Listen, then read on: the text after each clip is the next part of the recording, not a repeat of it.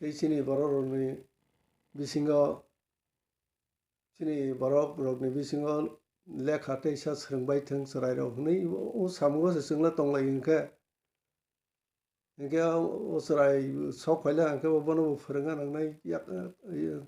Naru Ding Saka. Again, after hostel admission mata. Ge angsan naimaning ke any contribution to move on in life. Ge rampodo ke serai kahama sih. Serai kahama ke ba tabuk milon rani tabuk sini ani payang ni busazak suari kana jidas tripura ni busazak priti dabu moni ni shanti ni busazak bohai klainai jang khorok chinai thulai ka. Da upendro ke afro education director. Eklai minister not sang list to ne reka kana dahabaisri. Ge roholai kata sang airport jara naiklai roholai. Afro milon nibus thango. Aro bonosthalio pai phai tabo university wo. Ang nukha kairunai nukha gai mamlai say Milonani Jamatia not in a reaction Kaimaro Akro Nuka Santi because Sakmani Kogronobo and Nuka Ge Chini Emile Rampodo Jamatiani Wonomu Nuka Boni interview no Nalaibar Nota Getabok reaction Batangani reaction ya Nokhana I say cooked in Musuke Sagni Bokrosi Kalai Faifu Gang o Rampodobai Milonari Songno Kevingi Kok Sake Ani Sakos Klanitani Humala Ani Zaitiroxinke Milon Rani Kebu Jeng Nogoke Abeti Holeta Bokebani Totoi Busani Busazaksi Yang Bono Kevin Kanketo Ani Sagno Kevin Masikline Gayang Chini Emile Rampodo Kebu Ani Zaiti Baini Busalasi Kamises Tasa Mai Gay Borona Kevin Keva Nokhana I say cooked in Musuket Biting ni Bokro Kalaife Oma Singsinibla Inke Oma Hai no ang reaction Huyat Maka Ani Wasuk Mungno Ani Busimaro Nota Mona ang sai kenarasin. Santa ke ang borok khoronu ni serai fru ni kokrung no waso ke muitamaro robai kata ani borok ni serai fru ni kokrung no. Jafra ang bisonzo leka serengi tongo ang hostelo tongo ang senior student angkai sing TSF khailai tongo. Ge Rampodo ni bufa kumui ni mai bonotoi feinai teasro rokha bisonzo schoolo angke passing inai schoolo admission makha aibono hostel ke sing sairojak headmaster chini superintendent sungno Jamati borokno chini hostelo tarodi Jamati sarairo no taradi sing sayai taradi hinai Ge afro Sairo Horzaka ta Aro chini hostel ni okra no thang sangi de ne afro chini da goyaram da boloram sor tongbai chini okra te tongbai ta afro ge borok narang solelia angta kono hoi tongta gandhi boboni nukao kumui Sati bokong talikao sungui asogui tongoni walo senare Rampodoke Saraiko Gana Basazake Ano Savai Kankana and Taka Tangin even in Karsuke Aso Laja Gang Saka Narudi was soon by which Haken one of Paraniti Salanitas. Singlago Dof and Ibangisi Afro Samutanite or Roman script Nibangi Tachini Baroni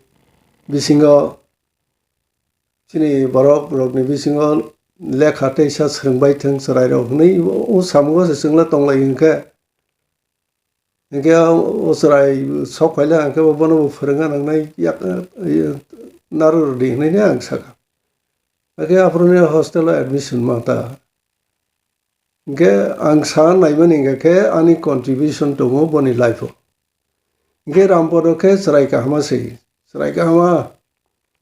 joto bai no kathalai to kahama awai bo kathalai to robising bai ni busala za teaching ke boni boyong okra yong gurobasi boyong ya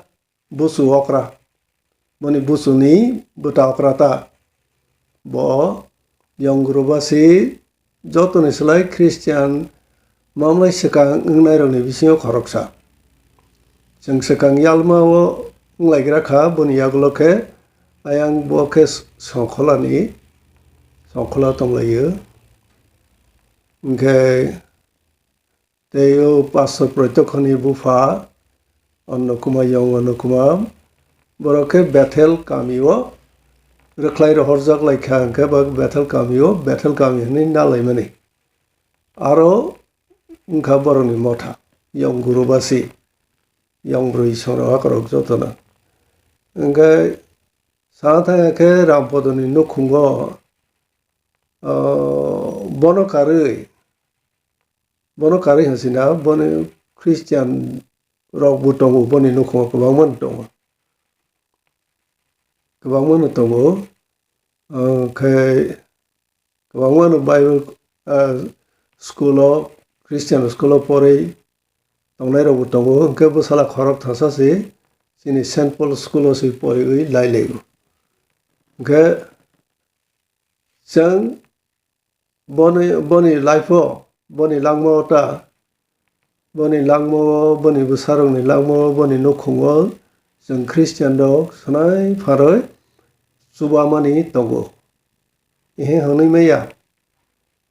hingke tabo milonari kok sasiano ani thotoi bwsani bwsajak abiti boni kok sasiano chini Dosro Dev bo Dev ni sima bang Dev no sasinai Dosro Dev education minister fro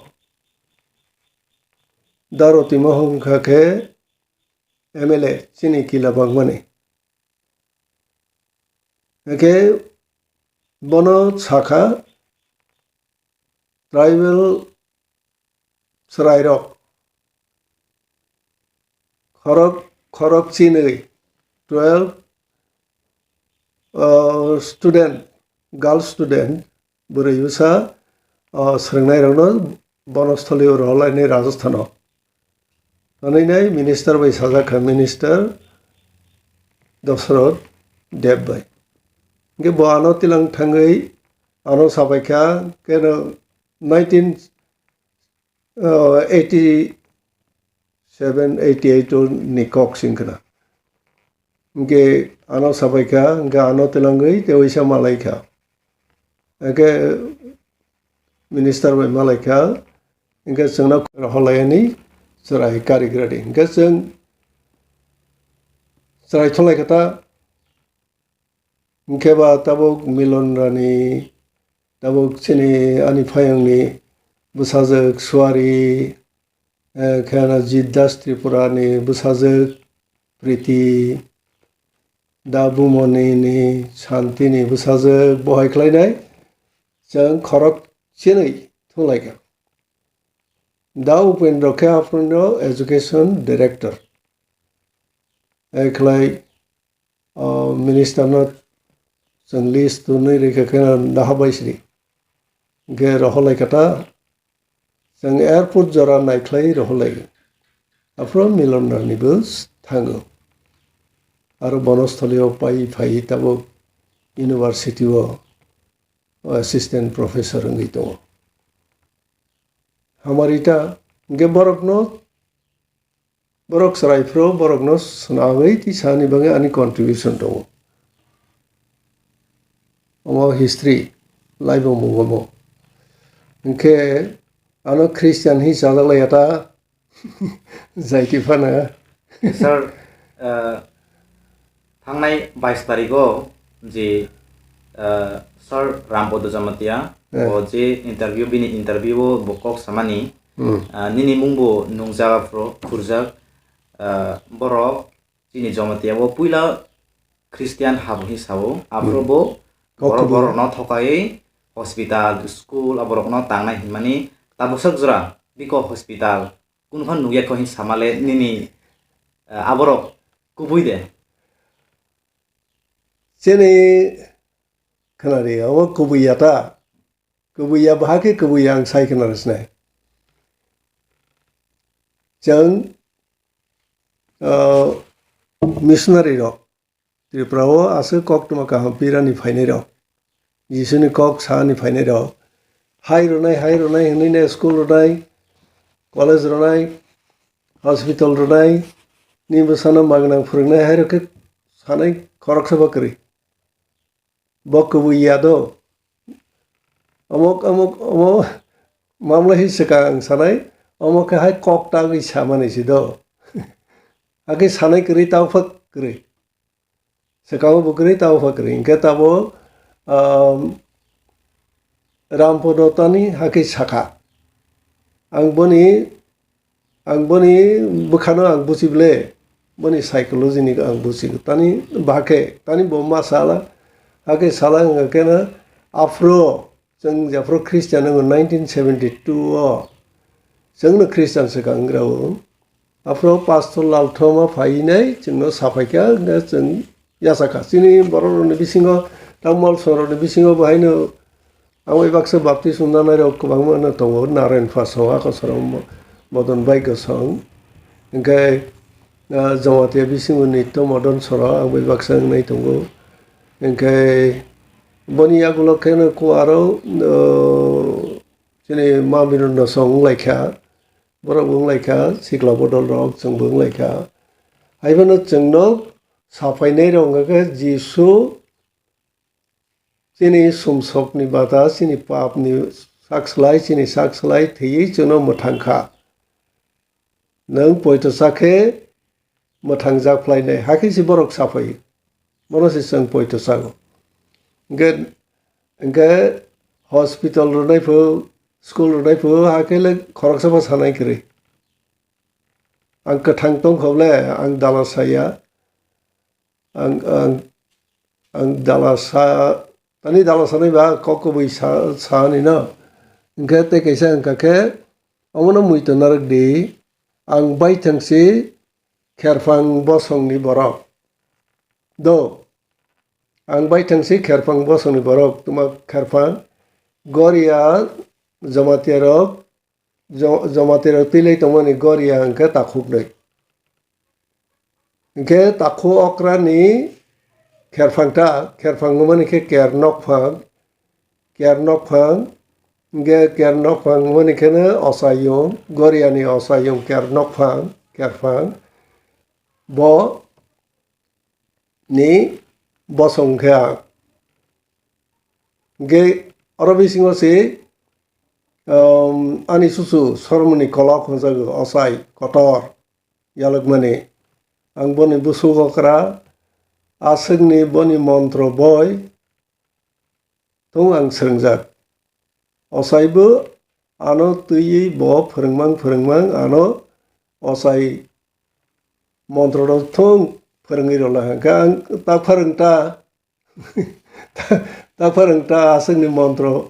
rok kaha haya jotono ang rengta ta फोरोंता ओंखे आं बिसिब्रों खाख्ला थै रावैनाय गरियाव बारावो एखे ओ हाकसारबा उदयपुरनि आरो थाङै खाग्ला थै बारावो आं बिसिब्रों आं दालासाया फाराय रुतुंनाय बारकसै इनके आं सयनासि इंसियानि हनै अब विष्णु सयनासि आनि सुसुनि बुङामा सयनासि गतर बनि आरो थाङै सयनासि फोरों दिहुननाय सयनासि स्रोंनानै थांप्रो बैदा कानै फायदि हनै रहर जागै आं गिफिलि मा फायगोन इनके अमायके तङै फायजा इनके आं बायथां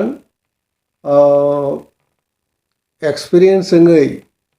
रोङै सिगैसि आं with authority I am telling about this. आंहाय नो second hand information रखनो आं साया आं personally से आं बायथांसि आं बसे कुथुगा हाजा बोलो साथांके निरौनि टीवीओ उलो रवसि मा सालायसिनै ताबो तो तेजुदा पॉइंट सिंके इनके आं बाकी ख्रिस्टियान खबनो से आं ताक साइ मा खनारसिनै 1972 गरिया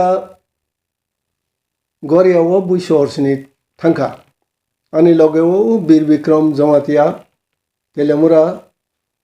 गारिंका खाने बबो तंगो अरो संगत्राने दारोसि पदबो तंगो जोंमुनि तंगो